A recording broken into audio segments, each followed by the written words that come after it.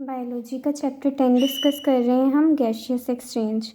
आज मैं आपको रेस्पिरेटरी डिजीज़ के बारे में बताऊंगी।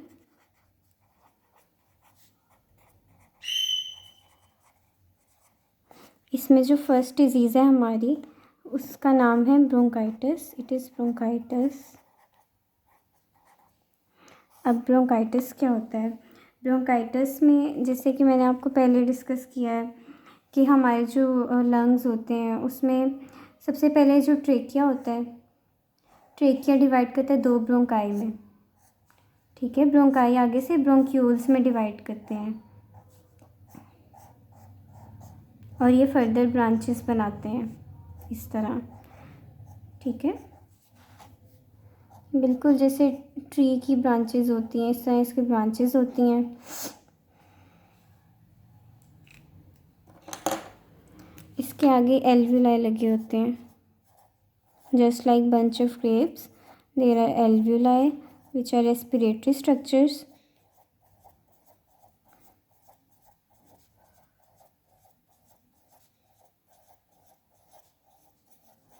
मैं आपको थोड़ा सा बना के दिखा रही हूँ।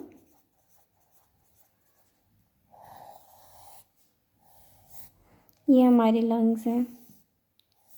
अब इस डायग्राम का मकसद ये है कि मैं आपको ब्रोंकाइटिस का बता दूं कि ये इसमें क्या चीज़ इन्वॉल्व होती है, कौन से एयर पैसेजेस इन्वॉल्व होते हैं। ठीक है, अब इसमें ब्रोंकाइटिस में होता है, ये ब्रोंक्यूल्स हैं, नहीं सॉरी, ये ब्रोंकाई हैं और ये ब्रोंक्यूल्स हैं। Bronchitis is the inflammation of these air passages. It means कि इसमें ब्रोंकाई और ब्रोंक्यूल्स की इन्फ्लेमेशन होती है। What is bronchitis? Inflammation of bronchi and bronchioles. Inflammation होगी तो क्या होगा? इनकी नैरोइंग हो जाएगी। नैरोइंग किस तरह होगी? इनमें म्यूकस प्रोडक्शन ज़्यादा होगी, जिसकी वजह से नैरो हो जाएंगे। अब मैं आपको इनका क्रॉस सेक्शन बना के दिखाती हूँ ब्रोंक्यूल्स का।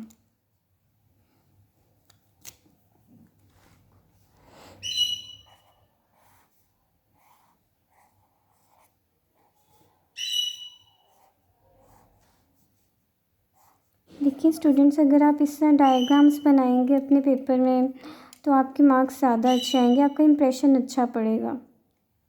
ठीक है, अब ये मैंने आपको बना के दिया है ब्रोंकाई की डायग्राम।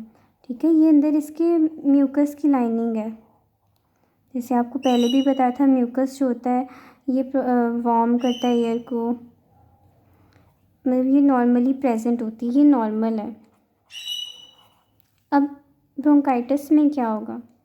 इसमें इन्फ्लेमेशन होगी। ठीक है, ये जो इनकी वॉल्स हैं, इनमें इन्फ्लेमेशन होगी और म्यूकस प्रोडक्शन ज़्यादा हो जाएगी। ठीक है, म्यूकस ज़्यादा बनेगा, इतना ज़्यादा, जिसकी वजह से नैरोइंग हो जाएगी इन एयर पैसेजेस की, ब्रोंकाई और ब्रोंक्यूल्स की। इसे ब्रोंकाइटिस कहते हैं। अब ये क्यों होता है, किस तरह होती है इन्फ्लेमेशन, इसके कॉजेज़ क्या हैं?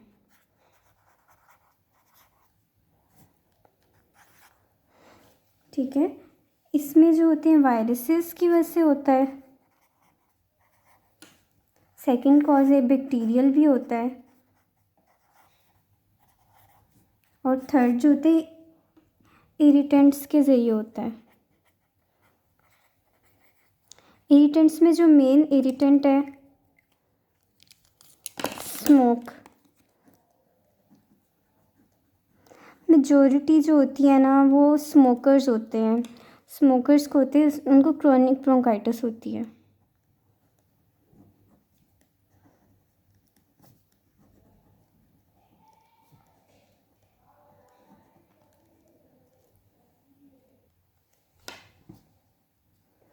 अब मैं आपको टाइप्स बता दूँ ब्रोंकाइटिस की। मैंने क्रॉनिक वर्ड यूज़ किया है, या परेशान हो मैं भी आपसे डिस्कस करूँगी कि क्रॉनिक क्या होता है।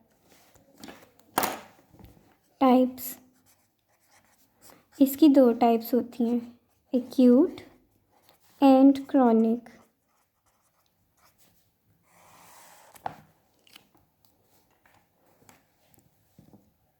Acute bronchitis last for 2 weeks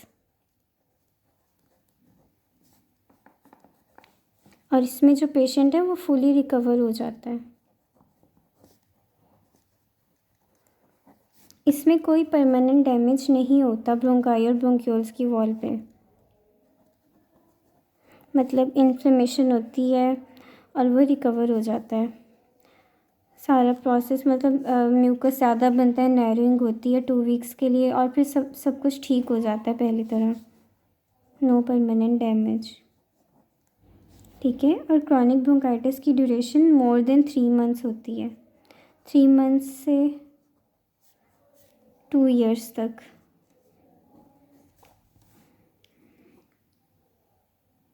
ये मोस्टली स्मोकर्स में होता है और इनकी एज 45 ईयर्स अबव होती है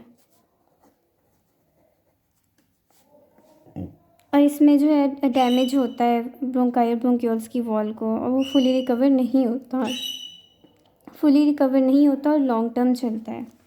ठीक है। तो स्टूडेंट्स अब मैं आपसे इसकी सिम्टम्स डिस्कस कर दूँ।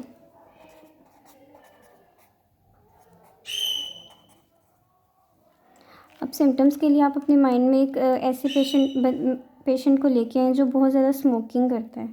ठीक है, जो स्मोकिंग करते हैं क्योंकि इनको ब्रोंकाइटिस होता है। ये बस मैं आपके याद रखने के लिए ये एग्जांपल डिस्कस कर रही हूँ। तो जो स्मोकर्स होते हैं ज़्यादा खांसी करते रहते हैं हर वक्त। आप गौर कीजिएगा आपके घर में भी अगर कोई स्मोकर है तो उसे कफ रहती है मोस्टली। ठीक है, कफ रहती है। इसके अलावा जो एक्यूट ब्रोंकाइटिस होता है, देखिए जब भी कोई इन्फेक्शन होता है तो उसके साथ फ़ीवर ज़रूर होता है। ठीक है, एक्यूट में फ़ीवर होता है मोस्टली, क्रॉनिक में नहीं होता। फ़ीवर एंड चिल्स, ज़्यादा फ़ीवर होगा तो चिल्स होंगी। ठीक है, इसके अलावा शॉर्टनेस ऑफ ब्रेथ होती है, सांस चढ़ जाता है उन्हें।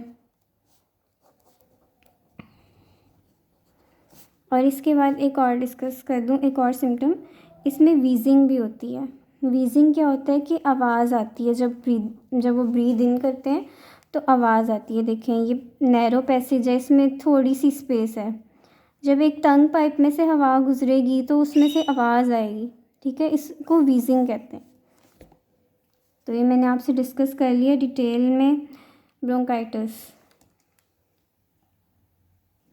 नेक्स्ट टॉपिक में मैं आपसे एम्फिसीमा डिस्कस करूँगी।